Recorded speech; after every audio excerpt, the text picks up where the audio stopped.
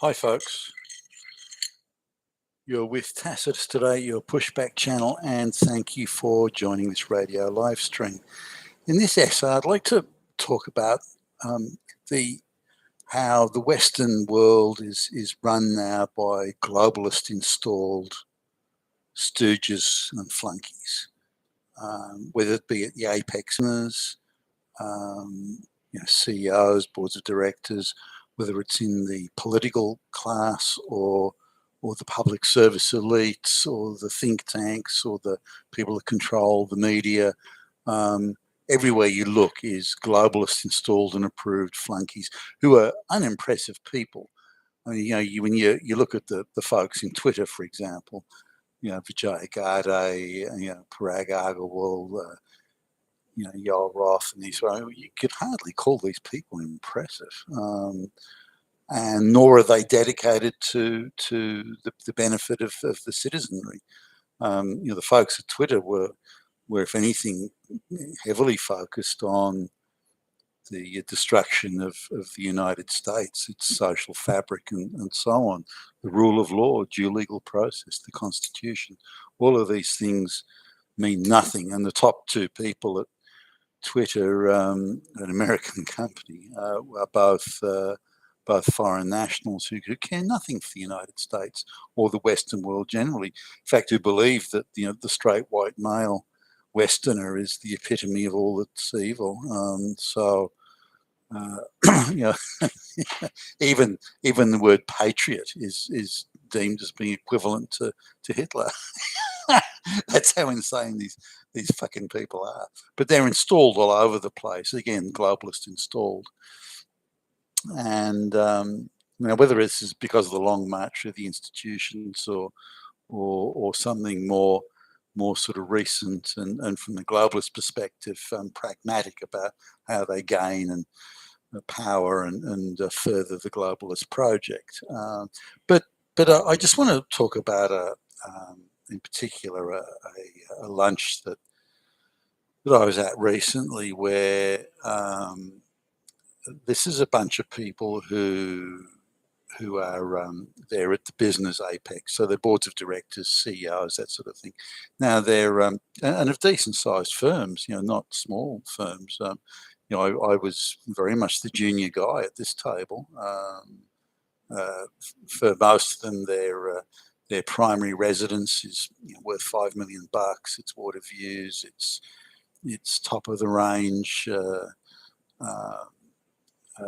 Car, they've got $300,000 with an automobile in their driveways. Their kids go to $100,000 a year private schools, and they spend $250,000 a year on vacations, and that's this sort of they're in that league. They're sort of semi-retired, but their incomes are still close to $1 million a year, given the amount of directorships that they have. But are any of these people sort of qualify? And what sort of quality of people are we talking about? Now, I always had the view that people who are at the top, whether it be the top in terms of, say, in government, there may not be a huge salary, but they're close to the levers of power, or people at the apex of business, that generally in a merit-based society, the best and the brightest rise to the top. Now, there were exceptions to that. I've met politicians that certainly were not the brightest, but they're very dedicated, very committed to making the lives of their fellow citizens better. So what you gave up on the brains side of things, you gained on the sheer dedication and focus and commitment and sense of responsibility on the other side of the equation. And so I'm sort of prepared to give up brains if I get the other. It's no good having people who are super bright but don't give a fuck about their fellow citizens. That doesn't work either. So and I've met some politicians that from a brain power perspective were definitely quite ordinary. You'd say middle, if not lower middle, but they were dedicated nationalist people that believed in their country, their fellow citizens, and the way of life and the government and so on. So I thought those people, not, based on their dedication and commitment, were still a pretty good investment all around. Now that's changed when the globalists took control of Western governments, and they have. Look at them; they can just install without a vote, any sort of vote of any kind. They can just install the person of their choice. Rishi Sunak, a globalist internationalist, they can just install him as prime minister of one of the greatest empires of human history. They just install their own boy, stick him in there. No one gets a vote or even gets a say in it. I mean, holy fuck. So that's how much power and control the globalists have generally, and that's just a really stark manifestation of it. But you've really got anyone who's in a senior government position today in the West has been installed or approved of, at the very least, by the globalist cabal. So that's how much control they have. But the same can be said largely for the business elites as well. We're not getting the best, but the merit system, to whatever extent it did exist at the apex of business, and I want to think that merit was 100% of all executive positions were determined by merit. That simply wasn't the case. There were many positions that were determined by merit, but certainly not all.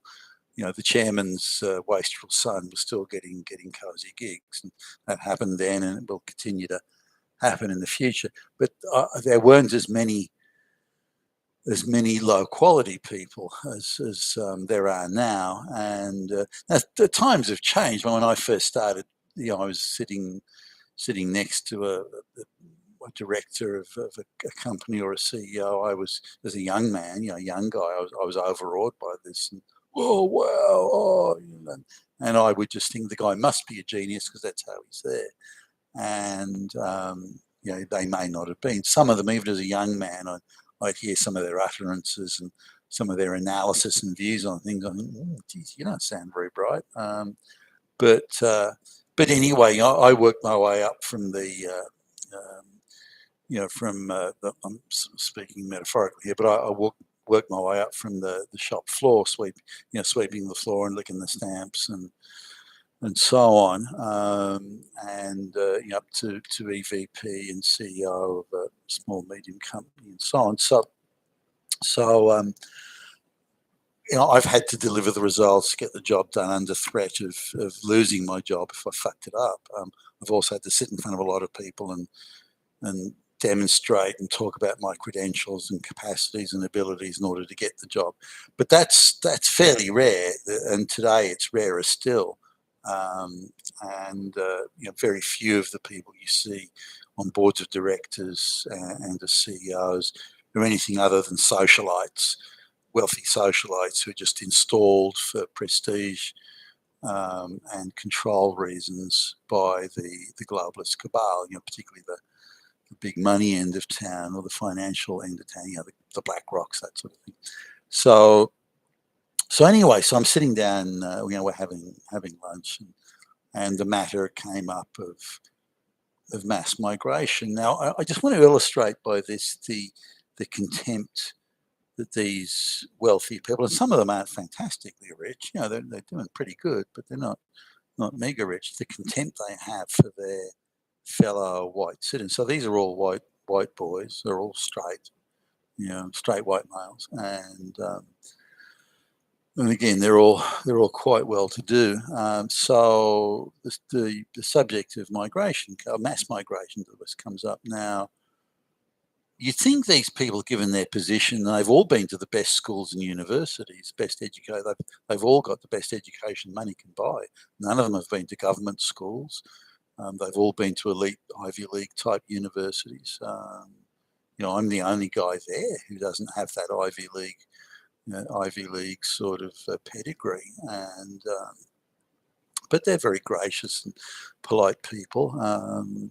There's a slight tone of condescension every now and again, but they tolerate me. So I shouldn't say that. They're very charming and pleasant people. I shouldn't say they tolerate me. They're quite gracious in many ways. But this doesn't make them bright or sensible. So we're talking about the mass migration now. They all unanimously agree that the only reason, there is no other reason, the only reason the Western world is rich is because there's this endless flow of third world peasants coming in. If it wasn't for that, the West would all be impoverished and we'd all be, living in mud huts and that sort of thing. Now, that's a patently absurd utterance to make, patently absurd, for two reasons. The West was very, very rich before the mass migration. It is now less rich since the mass migration began. And if mass migration of cheap labour peasants or access to cheap labour peasants in large numbers is the key to wealth, then why aren't all these places like India and Africa and Bangladesh and Pakistan and Indonesia, why aren't all those countries, because they've got so much cheap peasant labour, why aren't they rich if cheap peasant labour is the key to wealth and riches? So the very premise that the Western world's wealth is based on cheap peasant labour is just an absolute nonsense. There's no other phrase I can use to describe it. Utter nonsense. But they all believed in this. One person said, they all nod. Yeah, that's right. Yeah. And he went into the normal things like, it took me 6 weeks to get someone to clean my house. Or it took me 2 months to find someone to mow my lawn, or it took me 3 months to get someone to mend the fence and that sort of thing. So that then is the basis for their belief that mass migration is necessary because they can't get someone to clean their fucking pool or mow the lawn or something like that. So trying to talk to them about it is difficult because they really don't understand it. They talk in these silly little infantile fucking parables and cliches, this sort of thing that you can't discuss it with them on the basis of the facts and the issues, and you just can't. And I'm sort of sitting there thinking, I'm dealing with intellectual pygmies here. Part of it is laziness. They really don't want to think about it and don't have to, by the way, with their wealth. And so they just, no, that's it. That's why we're rich. And if these cheap peasants stop coming, we're all screwed and the country's going to go to hell in a handbasket. So all that is utter nonsense. I mean, you can dismiss it as absolute, total fucking crap.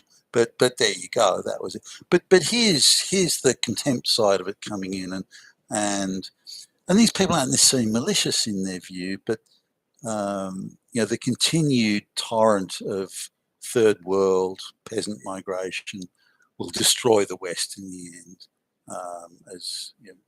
And there's no doubt about that. It's not a matter for discussion and debate. It's already doing it, and that destruction will be complete and absolute.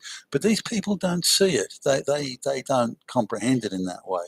They live in gated, bubble sort of secure tree-lined street communities, and they don't see the troubles in the other parts of the big cities. Well, Sydney in this case, but it could be any big Western city, San Francisco, New York, wherever. The influx of these people, it doesn't bring dynamism, far from it.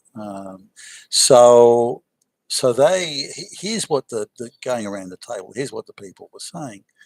Now again, these are all CEOs and people who hold multiple directorships on multiple boards of directors in big firms or government quangos. So they say, no, we need masses of migration, but they stay in the poor, wretched suburbs where the poor people are. So these migrants stay in those areas, and they. So what if they live 20 to a one-bedroom apartment? Who cares?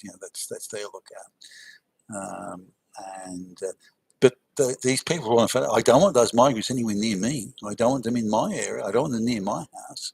I don't want these third world, black, brown peasants anywhere near my daughter. I don't want them in the school where my son goes, or I don't want them in my street, unless again they're coming to mow the lawn or something.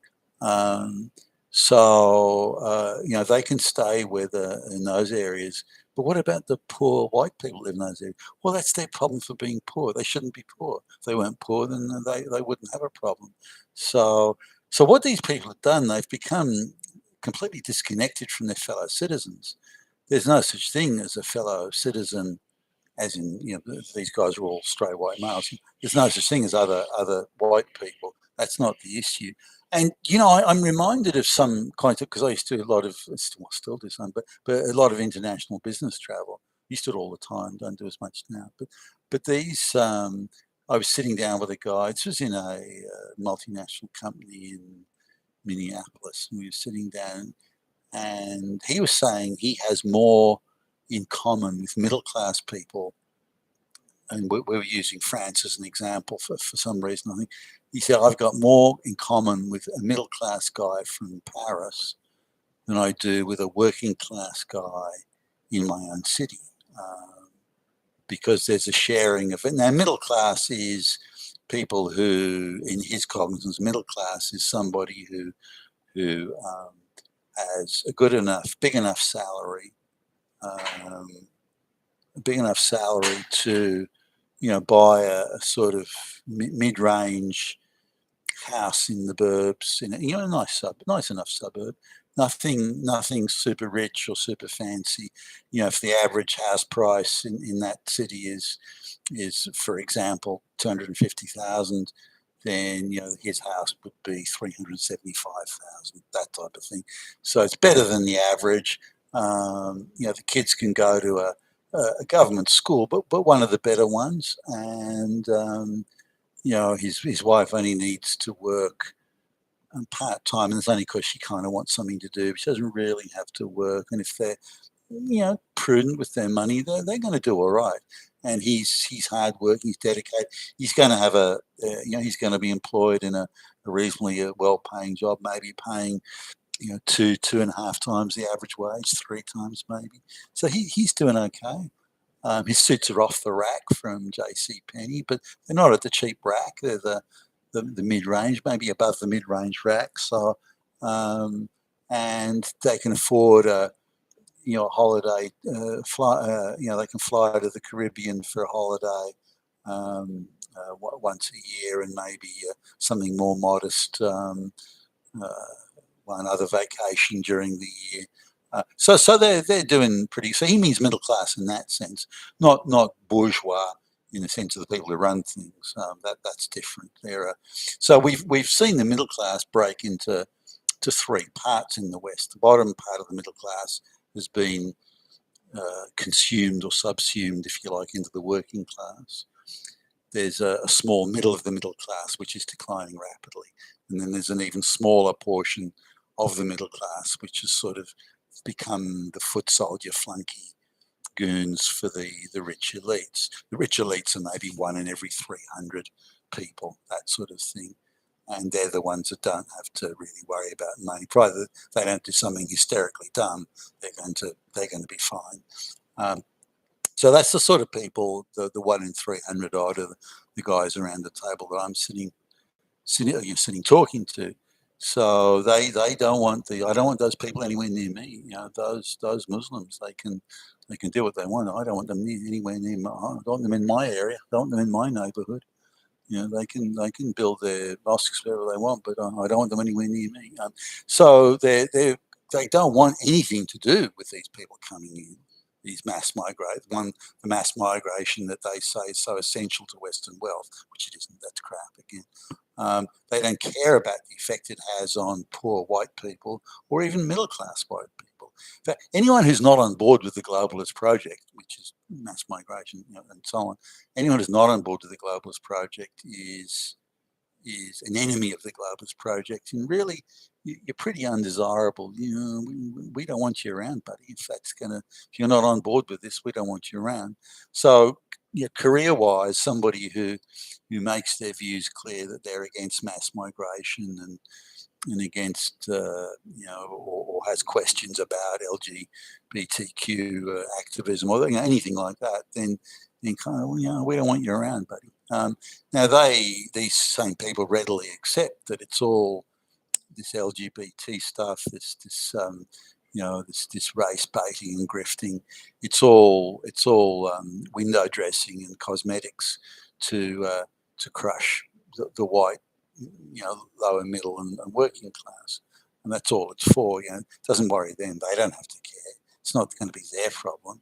So as CEOs and boards of directors, they can approve the hiring of a black lesbian and make sure the marketing department press releases it to the media as it far and wide. Hey, guess what? We've employed a black lesbian as an engineer, and all that sort of. So they do all that, but it's all as they see. It's just all window dressing. It's all cosmetics. It's all lies. Who cares? We've got to tell these lower working class people. We've just got to tell them lies. That's the only way to shut them up and confuse them and deceive them and the like. Now, that's their attitude there. But how many of these people are, and they're pulling the big bucks. You'll be no one at the table that's making less than 800,000 a year, and they've made more than that in the past. What qualifications they have to be there? Well, none really. Again, as we talk business around the table, I know I'm talking to a bunch of fucking amateurs that were gifted all their jobs. I mean, these are people who've never been for an interview in their lives, not once. They've never had to convince anyone of their ability to do the job. They've never had to suffer the consequences of failure. They've always been able to just cruise right into the next cozy gig. They're socially very well connected. And if one of them does fall on anything resembling stony times, which might be that they've got to give up their polo ponies or something like that, they can just start making a few phone calls, call in favours. These are people that look after each other. No, we can fix you up with another few directorships there, Billy Bob.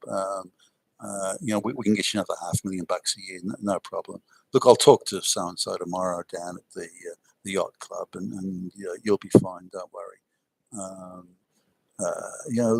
Is your wife available? Let's have dinner next week. That sort of stuff. Now, these directorships they have, you meet for half a day a month, and most months the meeting's cancelled and rolled into the following month. So, say for example, you're director of 10 companies, which a lot of these people are, or more even. So, you're director of 10 companies now. So you have 10 half days a month, most of which are again every second month. But let's say for a moment, 10 half days a month. You start early afternoon, often start around lunchtime, have lunch. And we're not talking lunch at some takeout food shop here. We're talking, $500 a plate type lunches at the most salubrious restaurants, sumptuous meals. Then there's a gab fest, usually with alcohol. It goes through until dinner time. Typically, you have dinner. Then there's now some of the some of the bottles of port that you're going to be drinking there. They're over $1,000 a bottle, and so you're definitely eating at elite level and drinking at elite level. And for that, these guys can get over $100,000 a year for these meetings. So you can be talking, anywhere between $7,000 to $15,000 per half day meeting. Now they're supposed to do a lot of reading. Actually, in theory, they're supposed to do a shitload of reading, so they're prepared for these meetings. But the reality is they don't read fuck all. Some of them even have secretaries as part of their package. The secretary reads all this shit and gives them a one-page summary, and that's what they roll up to the meeting with. So it's all just people talking about the latest yacht they bought, or the latest hey, I got the latest BMW, I got it imported direct from Germany, or I got the latest Lamborghini or something. It's that's really the conversation. Sure, they probably talk about business at some point, but it's done in very simple sentences. There's no deep dives into the the hard yards of it all. So that's the sort of people that they're, and I don't think they're capable of talking beyond it. And they like to congratulate each other. Oh, you had the meeting today. Oh, these people, they're so smart, such smart cookies. Oh, they're so clever. Oh, wow. I'm in midst a sea of geniuses here. And shit, are we talking about the same people? I mean, these guys are, they're a bunch of lazy fucks with it, like if they've got an IQ of 100. But these are the people now at the apex of business, and they're just the socialites being gifted these prestigious gigs. I mean, $100,000 a year isn't much, but if you've got 10 directorships, you got $1 million a year plus benefits and secretarial support and study tours, and obviously you get all that other shit thrown in. So it's a pretty good gig in a collective sense. But these directorships are only handed out to globalist stalwarts. Even if these people didn't believe it, he thought the globalization thing was a load of crap and was being destructive. As long as they're being paid well and they've got the benefits, then they don't seem to care. So they're quite prepared to sell out their fellow citizens. But it's become a class thing now, where they don't give a fuck about their fellow citizens. They don't give a fuck about the middle class white people. They don't give a fuck about the working class white people. And if those white people have to live cheek to jowl with the most, the third world peasants, the grimiest, lowest, mentally retarded third world black brown peasants, then that's it. That's their lot. It's their fault for not being richer, and it's nothing to do with me. It's their problem, and we have to bring in these third world peasants because that's what makes us rich.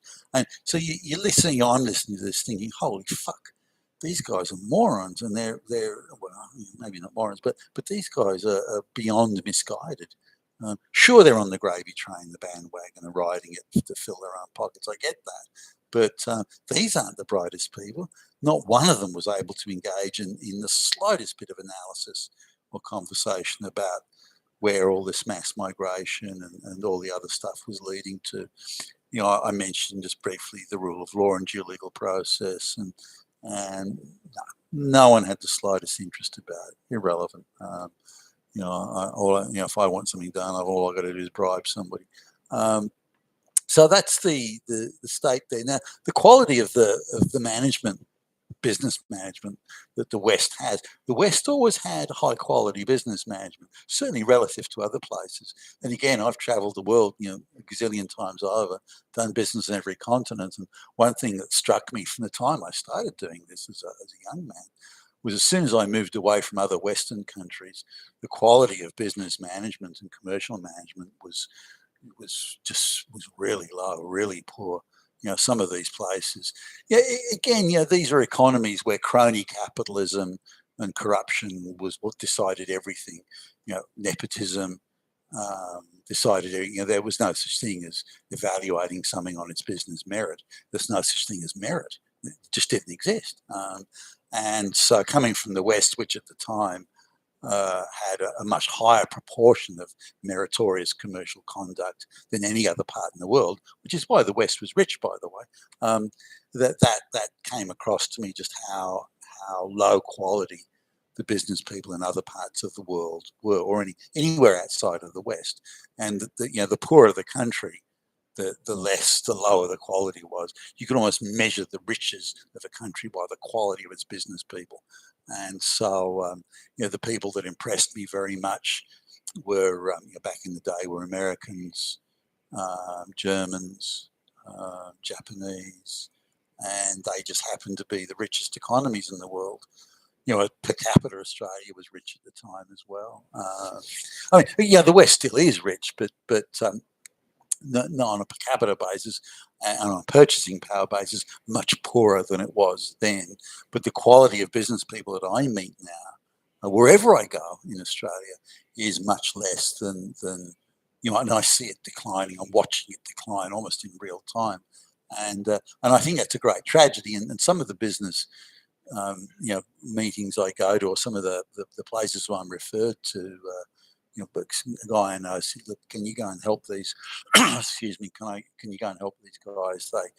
They've been installed by the BlackRock type, no, it wasn't BlackRock, but those sort of people. They've been installed in this company that's releasing a new medical technology, and they've been given directorships. These guys, but they haven't got a clue what they're doing.